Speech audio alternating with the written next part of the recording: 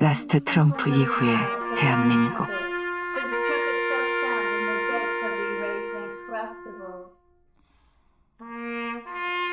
Republic of Korea after the last Trump. 제11편. 6.25 당시 미국 대사이었던 존 무초 외교관에 의하면 6.25 북한의 남침 개시 시간인 일요일 새벽 4시부터 약 4시간 후 전원 사태의 보고를 개성에 파견되었던 보좌관부터 받았다고 합니다. 이를 통상적인 외교문서로 정리하여 당일 늦은 오후나 되어 미국 워싱턴 국무부에 전보를 보냈습니다만, 이는 동경 소재 극동아시아 미군 본부 즉 메가더 장군 집무실에 의해 한 차례 걸러져 수시간 후에야 트루먼 대통령에 보고되었다고 합니다.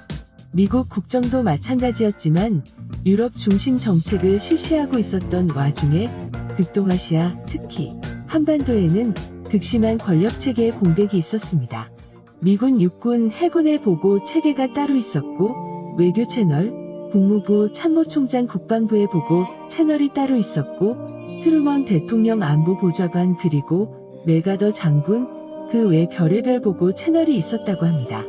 그리고 이승만 대통령 및 국군의 보고 채널이 따로 있었는데, 굿뉴스는 포장되고 밴뉴스는 버려져 중간 보고가 작성돼 이승만 대통령에게는 정확한 정보가 들어오지 못합니다. 그리고 프란체스카 도너 여사, 대한민국의 제1차 영부인, 한국 별명 이금순 여사는 단순한 대통령의 부인 차원을 떠나서 문고리 비서실장, 외교 보좌관 역할을 겸임했었습니다. 이승만 대통령이 미국에 오래 있었다고는 하나 영어가 모국어가 아니어서 그런지 외교, 군사 및 국제정치에 필요한 고도의 전문성의 영어는 구사하지 못하였습니다. 그래서 미국 등 외국 인사와 커뮤니케이션에서 정확한 뉘앙스는 전달되지 못하고 양쪽 오해가 많았던 것 같습니다.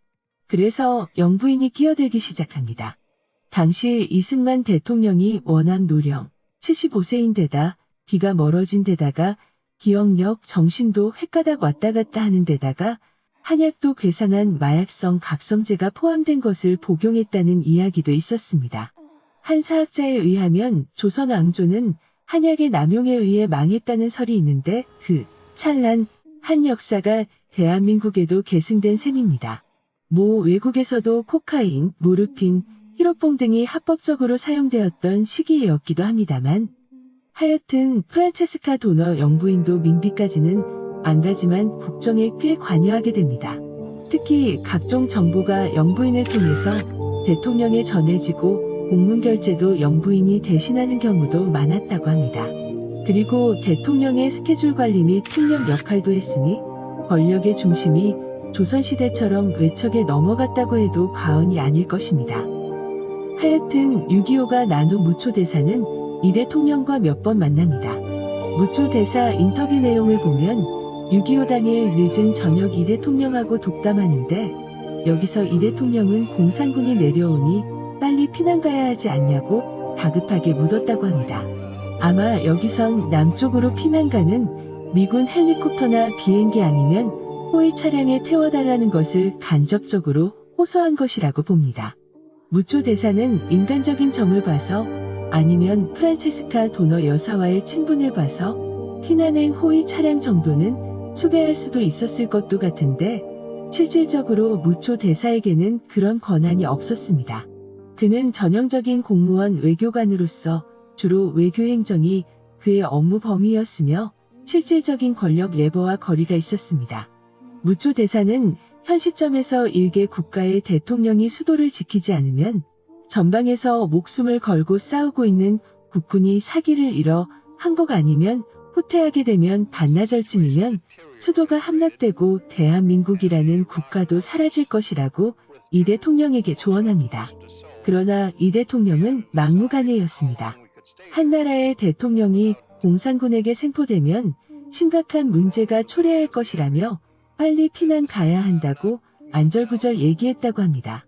무초 대사는 이 대통령하고 대화를 나눌 때 특히 요즘 와서 자기가 얘기하는 내용을 이 대통령이 정확하게 이해하고 있는지 의심이 갔고, 또 이 대통령의 말씀이 포커스가 없고 말을 흘리며 점점 콩글리시화되고 있어 자기 자신이 이 대통령이 의도를 정확하게 파악하지 못했었습니다.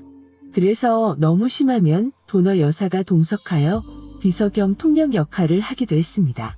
하여튼 전방에서 국군이 필사적으로 싸우고 있는 이상 무초 대사 자신은 경성에 남아있을 것임을 밝히자 이 대통령은 실망한 표정으로 등을 돌립니다. 무초 대사도 용감한 척 말은 했지만 뒤에선 자신을 포함한 대사관 인원 및 기타 수백 명에 달하는 미국인의 피난작전을 만들고 있었습니다.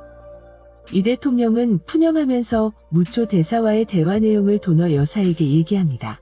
도너 여사는 즉시 무초 대사에게 전화하여 버럭 화를 내면서 따지기 시작합니다. 무초 대사는 도너 여사는 미국 시민이기 때문에 피난 대상이지만 이 대통령은 한국 국민이고 국가의 수장이기 때문에 피난 대상 외라고 설명하였습니다. 그러나 도너 여사는 막무가내였습니다. 절차나 외교 전례는 무시하고 전화 한 통이면 될 것 아니냐며 복잡하게 생각하지 말라고 했습니다.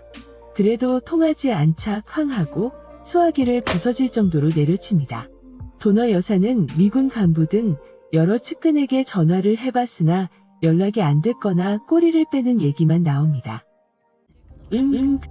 그런데 얘기가 너무 길어지는 것 같아서 일단 끊고 제11편을 마치겠습니다. 제12편을 기대해주세요. 라스트 트럼프 이후의 대한민국 Republic of Korea after the last Trump. Written and produced by Dan Barrowman.